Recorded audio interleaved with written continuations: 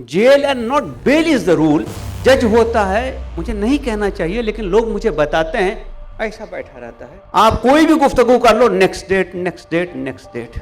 ए रोजे महशर अपनी रिहाई की उम्मीद रखने वालों, याद रखना, जब पेट भरा हो और धंधा या नौकरी सुरक्षित हो तो सबसे पहले जमीर सो जाता है। बरसों अगर आप मक्के में रह के इबादत भी कर लें और आपके घर में आदमी भूखा प्यासा नंगा और जेल में बंद है, अपने बच्चों से वो आदमी 6 साल से दूर है क्योंकि वो साइन करके उन बेगुनाहों को नहीं फंसाना चाहता। एनसीआरबी की एक लेटेस्ट रिपोर्ट ये कहती है कि प्रिजन में बहुत सारी अननेचुरल डेथ्स होती हैं और उन अननेचुरल डेथ्स में से सबसे बड़ा रीजन डिप्रेशन है और स्ट्रेस ऑफ फैमिली। मेरा परिवार इस वक्त किस हाल में होगा, यह है। एनसीआरबी की रिपोर्ट एक आंकड़ा देती है कि 93% लोग अपने आप को फांसी लगा लेते हैं।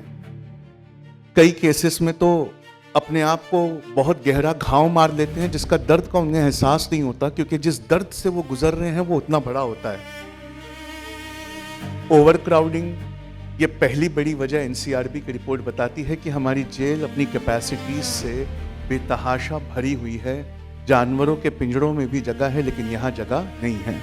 इस मुल्क का जो क्रिमिनल जस्टिस सिस्टम है, जिस जेल में 2 आदमी होने चाहिए वहां 3 आदमी हैं। 3 लोग अगर पकड़े जाते तो उसमें 2 लोग जो है वो डिसएडवांटेज सेक्शन के होंगे, या तो वो शेड्यूल कास्ट होंगे या शेड्यूल ट्राइब होंगे या बैकवर्ड क्लासेस होंगे या माइनॉरिटीज के लोग होंगे। यानी कि कहीं ना कहीं डिस्प्रोपोर्शनेट रिप्रेजेंटेशन है उनका जिनके पास पावर नहीं है, जो पावरलेस हैं। बदकिस्मती से हर समाज पावरफुल और पावरलेस ऐसे 2 तबकों में बटा हुआ है और इसमें कोई जात की, मजहब की, इलाके की, रंग की, नस्ल की कैद नहीं होती है। जुल्म पनिशमेंट का नहीं बल्कि प्रोसेस का। बेगुनाही पहली बार कुछ अजीब महसूस करती है, उसे सजा से ज्यादा सिस्टम की खामोशी चोट पहुंचाती, क्योंकि सजा का कम से कम यह मतलब तो है कि किसी का ध्यान आप पर है, लेकिन यहां तो किसी को कोई फर्क ही नहीं पड़ता। अब धीरे धीरे उसे समझ में आता है कि दुनिया को सच समझने की कोई जल्दी नहीं है।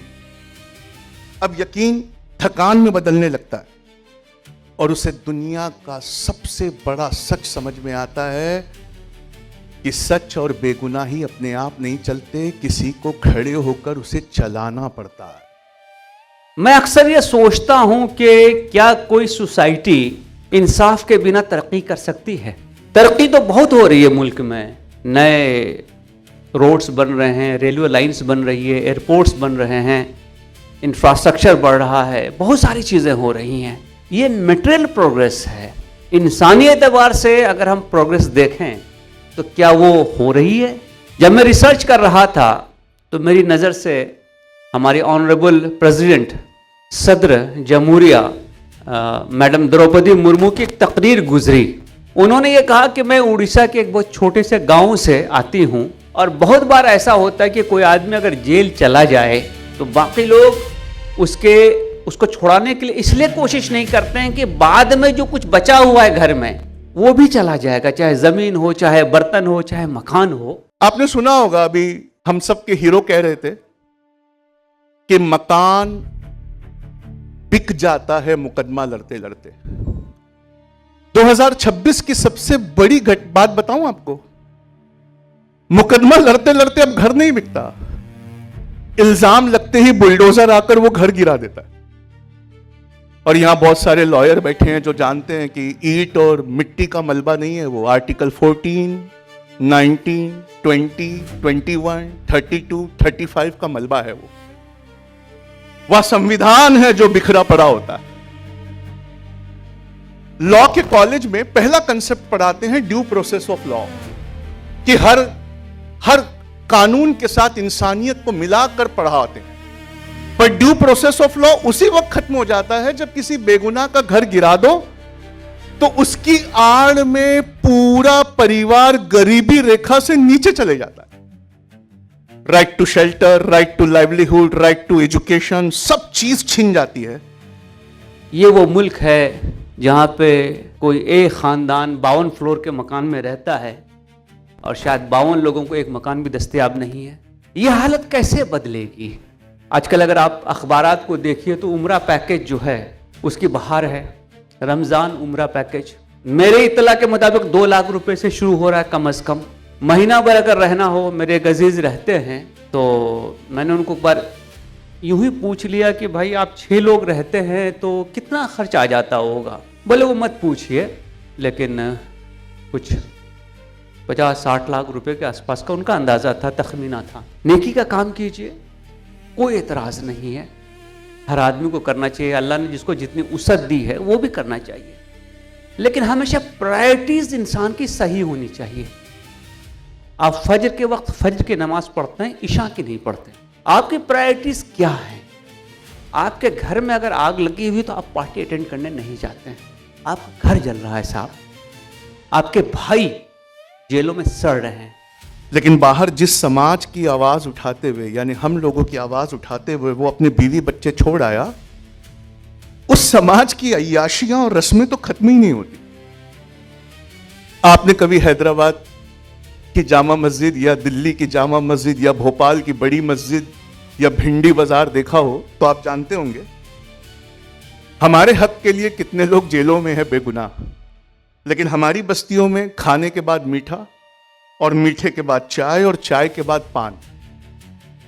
12:30 बजे रात को हमारी बस्तियां बाजारों से ज्यादा रोशन होती हैं। ये हमारे रेसिडेंशियल एरियाज के हाल हैं। वलीमों और अकीकों में भर भर के गोश्त खाने वाली ये कौम कम से कम कभी ये ख्याल नहीं करती कि आपकी डेमोक्रेसी और आपके राइट्स बचाने के लिए जो बेगुनाह जेलों में चले गए हिम्मत दिखाकर, उनके बच्चों की प्लेट में रोटियां हैं कि नहीं है। पिछले 2 साल में मुझे दूसरे साइड से भी इस चीज को देखने का मौका मिला, क्रिमिनल जस्टिस सिस्टम काम कैसे करता है। सुप्रीम कोर्ट कहता है कि bail and not jail is the rule. मतलब बेल जो है वो रूल है, जेल रूल नहीं है। बहुत अच्छी बात है, ये हमारा आइडियल है। कभी जो डिस्ट्रिक्ट जुडिशरी में किसी को जाने का इत्तेफाक हो और वहां पे अगर हालात जाके देखें तो मुझे लगता है बात उलट गई है। वहां पे jail and not bail is the rule.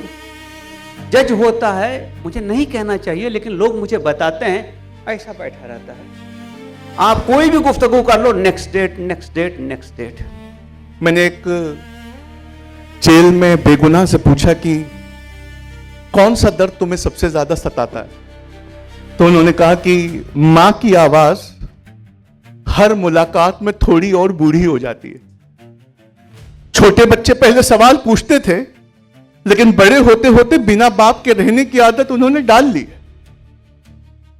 का सबसे बड़ा दर्द जो आसमान का सीना चीर दे, का जब मुलाकातें कांच के आर पार होती हैं, हाथ उठते हैं लेकिन छू नहीं पाते। एक दिन हम सबको किसी ने बताया है, मुफ्ती साहब बैठे हैं, कि पुलसिरात पार करना है, लेकिन अच्छाई और बुराई की लकीर किसी किताब किसी अदालत से नहीं गुजरती, वो हमारे दिल के बीच से गुजरती है। और हर दिन हम ये तय करते हैं कि उस लकीर के किस तरफ हम खड़े हैं, उस लकीर के किस तरफ हम खड़े।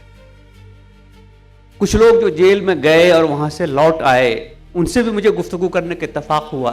दुनिया में ये स्ट्रैटिफिकेशन हर जगह पे है, बड़े लोग, दरमियानी लोग, छोटे लोग। दुनिया बहुत वसी है, शायद हमें नजर नहीं आता उतना। जितनी दुनिया छोटी होती जाती है, ये जो डिफरेंशिएशन है ना, ये जो ना बराबरी है, उतनी ज्यादा बढ़ती जाती है। जेल एक बहुत छोटा सा एरिया है, वहां ये ना बराबरी सबसे ज्यादा दिखने को मिलती है। वो लोग जो चीजों को अफोर्ड कर सकते हैं और वो लोग जो नहीं अफोर्ड कर सकते हैं, उनके दरमियान जमीन आसमान का फर्क है। कैसर भाई बोल रहे थे उम्रा के पैकेज बंद करो। दिल्ली में मैं एक घर गया, वाइफ और बच्चे थे, शौहर को पुलिस उठा के ले गई थी। मैंने कहा भाभी ये मेरा दोस्त है बड़ा पक्का, क्या इसकी फाइल मिल जाएगी? मैं एक अच्छे वकील का इंतजाम करता हूं। तो सूरह बकरा में अल्लाह पाक फरिश्तों से कहता है कि मैं एक इंसान को अपना खलीफा बना के पैदा करने जा रहा हूं। तो फरिश्ते कहते हैं कि अरे रब तू ऐसे को क्यों पैदा करेगा जो उतना अच्छा नहीं है। तो मेरे रब ने एक लाइन कही, वो सुनने लायक है। मेरा रब कहता है तुम वो नहीं जानते जो मैं जानता हूं। मैं चाहता हूं कि आज आप जाने मेरा रब क्या जानता है। तो मैंने कहा भाभी फाइल मिल जाएगी, एक अच्छा वकील मैं खड़ा करना चाहता हूं। तो उन्होंने कहा भैया जमानत तो बहुत आसान है लेकिन होगी नहीं। बोले क्यों? बोलते हुए मुझे रोना आ रहा है कि 10 बेगुनाहों का नाम लिख के इनको दिया गया है कि तुम साइन करके इन्हें फंसा दो तो कल जमानत ले लो। अपने बच्चों से वो आदमी 6 साल से दूर है क्योंकि वो साइन करके उन बेगुनाहों को नहीं फंसाना चाहता। इसी आदमी को देखकर मेरे रब ने अपने फरिश्तों से कहा था कि तुम वो नहीं जानते जो मैं जानता हूं। बदल डाला है अपना अंदाजे बयां हमने, वरना फरिश्तों की बंद करवा दी थी कभी ज़बां हमने अपना अंदाजे बयां बदल दिया। वो लोग जो बिस्तर का इंतजाम करवा सकते हैं, अलग एरिया में रह सकते हैं, अपने लिए साफ सुथरा वॉशरूम का इंतजाम करवा सकते हैं, कैंटीन से खाना मंगवा सकते हैं अपनी पसंद का, फोन पे गुफ्तगू कर सकते हैं, और वो बदनसीब जो ये सब कुछ नहीं कर सकते। उनके दरमियान जो तबकाती फर्क है, मुझे कभी कभी ताज्जुब होता कि मार्क्स तो हिंदुस्तान में पैदा होना चाहिए था। ये जो ना बराबरी है इससे ज्यादा कहीं और देखने को नहीं मिलती है। वो जर्मनी में कैसे पैदा हो गया, शायद उस दौर में वहां पे हो। अफसोस होता है इंसानियत इस हद तक नीचे जा सकती है, इंसानियत इस हद तक परेशानी में आ सकती है, यकीन नहीं होता है। ये ग्लोबल केयर फाउंडेशन, ये जो ना बराबरी का मारा हुआ इंसान है जो अपनी मदद खुद भी नहीं कर सकता है। किसी ने थॉमस जेफरसन को कोट किया है जो डेमोक्रेसी के फादर हैं। मैं उनकी एक लाइन सुनाना चाहता हूं। वो कहते हैं कि आजादी खतरे की गोद में पैदा होती है और आराम की गोद में मर जाती है। आजादी संविधान के पन्नों में नहीं मिलती, खतरे की गोद में पैदा होती है और आराम की गोद में मर जाती है। हमारी नागरिकता को बचाने के लिए खतरे की गोद में कई लोग बैठकर जेल चले गए और हम वलीमों, अकीकों, बारातों में नाचते, पल पल सेल्फी खिंचाते, हम आराम की गोद में बैठे, इसलिए हमारी आजादी मर रही है। अभी आपने सुना ना, एक शख्स को अपने घर वालों को बताने में 2 साल लग गए कि वो कहां है, उसको कहां रखा गया है। हमारा कोई अजीज अगर 2 घंटे नहीं आए तो हम फोन पे फोन करते हैं उसको। उस खानदान पे क्या गुजरी होगी जिसका वाहिद कमाने वाला शख्स 2 साल से लापता हो। कभी तस्वुर कीजिए अपने आप को उस जगह पे रखकर और सोचिए इंसान कहां पर है और क्यों हमें ऐसे तंजीमों की जरूरत है और हम क्या कर रहे हैं। जो लोग जेल में नहीं हैं, बाहर हैं, उन्हें शरीफ का तमगा देना भी ठीक नहीं है। क्यों? जो शरीफ बाहर हैं वो भी किसी ना किसी तरह की जेल में है। जंजीरें अपनी खरीदी हुई हैं, उसका नाम उन्होंने इनवॉइस रखा हुआ है, बिल रखा हुआ है, किस्त रखा हुई है, EMI रखा हुआ है। अपनी अय्याशी और अलाइशों को पूरा करने में इस कदर मस्त हैं, अपने कर्ज की किस्त भरने में इस कदर बिजी हैं कि उनसे यह उम्मीद नहीं की जा सकती कि वो आगे बढ़कर उनकी फिक्र करेंगे जो सिस्टम के भेंट चढ़ गए। ए रोजे महशर अपनी रिहाई की उम्मीद रखने वालों, याद रखना किसी समाज का असली इम्तिहान मुसीबत में नहीं होता, आराम में होता। लेकिन हमें देखकर तो ऐसा लगता है कि जब पेट भरा हो और धंधा या नौकरी सुरक्षित हो तो सबसे पहले जमीर सो जाता है। हमारा समाज, हमारा माशरा कहां जा रहा है? क्या इस हवाले से हमारी कोई जिम्मेदारी नहीं बनती और क्या इस हवाले से हमसे कोई सवाल नहीं होगा? ये सोचने की जरूरत है कि हम वही उसी लाइन पे चल रहे हैं कि हमको इस बात का एहसास होता है कि हम पे ये वक्त नहीं आने वाला है। वो तमाम लोग जो ये समझते थे कि हम पे ये वक्त नहीं आने वाला है, आर्थर रोड में कभी जाकर उनकी हालत देखिए। वो बड़े डेवलपर, वो बड़े बिजनेसमैन, वो बहुत पैसे वाले लोग, वो बहुत ताकतवर लोग, वो बड़े ऑफिसर्स, खुदा जाने कैसे कैसे लोग वहां पे हैं। मैं सिर्फ एक जेल की मिसाल दे रहा हूं। और आपको क्या लगता है कि अगर आपको सिर्फ 4 गज का आसमान रोज दिखाया जाए तो आपकी जिंदगी बड़ी खुश होगी? आपके अंदर सुसाइडल टेंडेंसीज नहीं आएंगे? वो औरतें जो अपने बच्चों से महरूम हो गई हैं, वो माएँ, वो बहनें जिनकी मदद के लिए कोई नहीं खड़ा हो रहा है, उनकी मदद कौन करेगा साहब? अल्लाह ये नहीं देखता कि हम कितनी बार गिरे, अल्लाह ये देखता है कि हर बार गिरने के बाद हम क्या बने रहे। जैसे जैसे दिन कटते हैं, हफ्ते घुलने लगते हैं, साल बिना आवाज के निकलने लगते हैं, बाहर बच्चे बड़े हो जाते हैं, माँ बाप बूढ़े हो जाते हैं, लेकिन भीतर एक इंसान उसी उम्र में अटका रहता है जिस उम्र में उसे यहां लाया गया था। आज वो दिन नहीं गिनता, नुकसान गिनता है। कौन सी शादी छूट गई, कौन सा जनाजा नहीं देख पाया, कौन सा चेहरा धुंधला हो रहा है। क्या इंसान के नाते, और खासतौर से अब जो मौका है, अब जो एक महीना आ रहा है जिसमें खैर व बरकत हम कसरत से करते हैं, हमको शायद ये लगता है कि हमारे जन्नत में जाने की जमानत होगी, इस मौके को क्यों हम जाने दे रहे हैं? और मुझे आबिद को यह भी कहना है कि भाई ऐसे तमाम बंदे, जरा वो ट्रैवल एजेंट से बात करो यार, जो ये रमजान पैकेज उम्रा बेच रहा है, उनको बोलो खुदा के लिए 10% अपने इधर भी कंट्रीब्यूट करते जाओ यार। वो तमाम लोग जो जा रहे हैं महीनों महीनों के लिए, इसी शहर में 4000 लोग एक जेल में बंद हैं, एक जेल में। अल्लाह के रसूल कहते हैं कि दुनिया का सबसे बड़ा सदका वो है जो लुकमा निवाला तुम अपनी औरत और बच्चे के मुंह में डालो। अल्लाह के रसूल कहते हैं कि दुनिया का सबसे अच्छा अमल गर्दनें छुड़ाना और गुलामों को आजाद कराना है। अगर अपने बीवी बच्चे के हलक में वो निवाला डालना दुनिया का सबसे बड़ा सदका है, तो उस बीवी बच्चे के हक के लिए लड़ते हुए जो गया, उनकी बीवियों के और बच्चों के मुंह में हलक का निवाला डालना कितना बड़ा सदका होगा, आप सोचिए। मैं आपको बताऊं कि मैंने जब दूसरा साइड देखा, 3 केसेस में कोट करूंगा आपको यहां पे, क्या हो जाता है। हमारे पुलिस कमिश्नर हुआ करते थे रंजीत शर्मा साहब, रिटायर जिस दिन उस दिन जेल गए, अरेस्ट हो गए, डिस्चार्ज हो गए साहब, मुकदमा ही नहीं बना।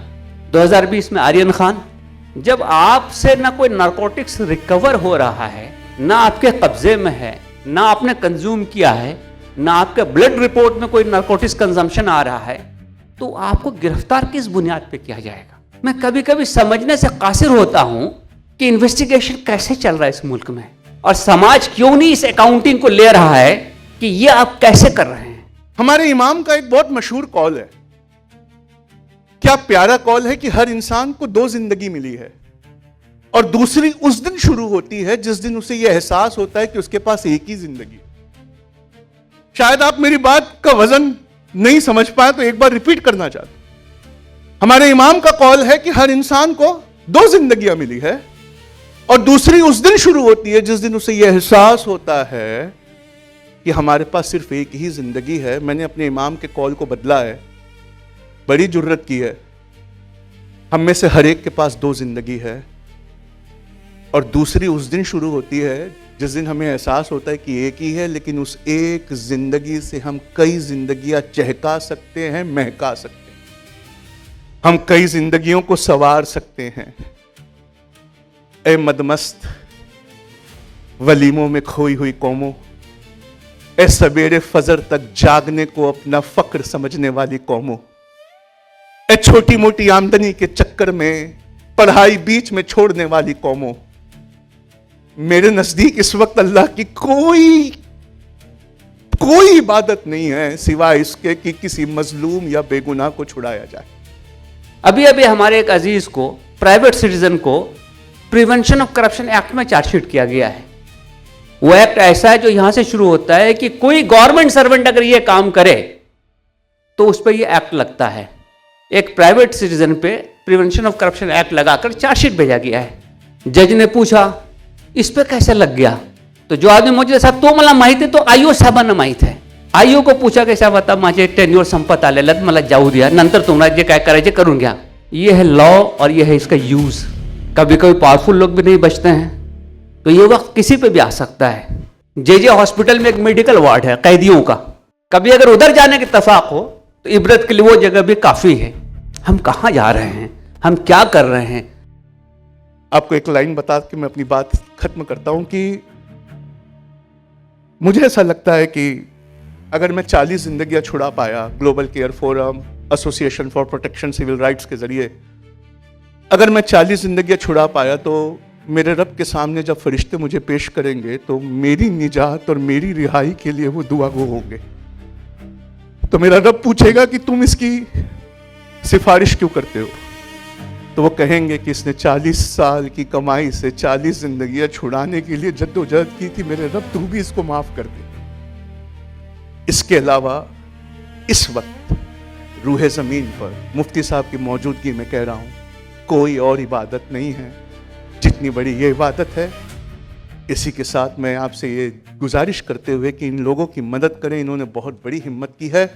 हमारी समझ और शऊर किस दर्जे पे गिर गई है, इस बारे में फिक्र करनी ज़रूरी है। और जैसे आर्नोल्ड टॉयनबी ने कहा था कि कौमें जिनमें इल्म और इखलाक गिर जाता है तबाह हो जाती हैं। अगर हम तबाह हो रहे हैं तो कोई सरप्राइज नहीं है, क्योंकि हम इल्म और इखलाक में गिरते जा रहे हैं। और यकीन मानिए, बरसों अगर आप मक्के में रह के इबादत भी कर लें और आपके घर में आदमी भूखा प्यासा नंगा और जेल में बंद है, तो मुझे लगता है कि क़यामत में जब पलड़ों में चीज़ें रखी जाएंगी, कौन जानता कि यही पलड़ा भारी हो जाए और वो आपकी तमाम इबादत जो है वो बेकार हो जाए। तो ज़रा इस फिक्र को सामने रखते हुए ऐसी तंजीमों की मदद करने के लिए इस बार का मस्क में इरादा कीजिए।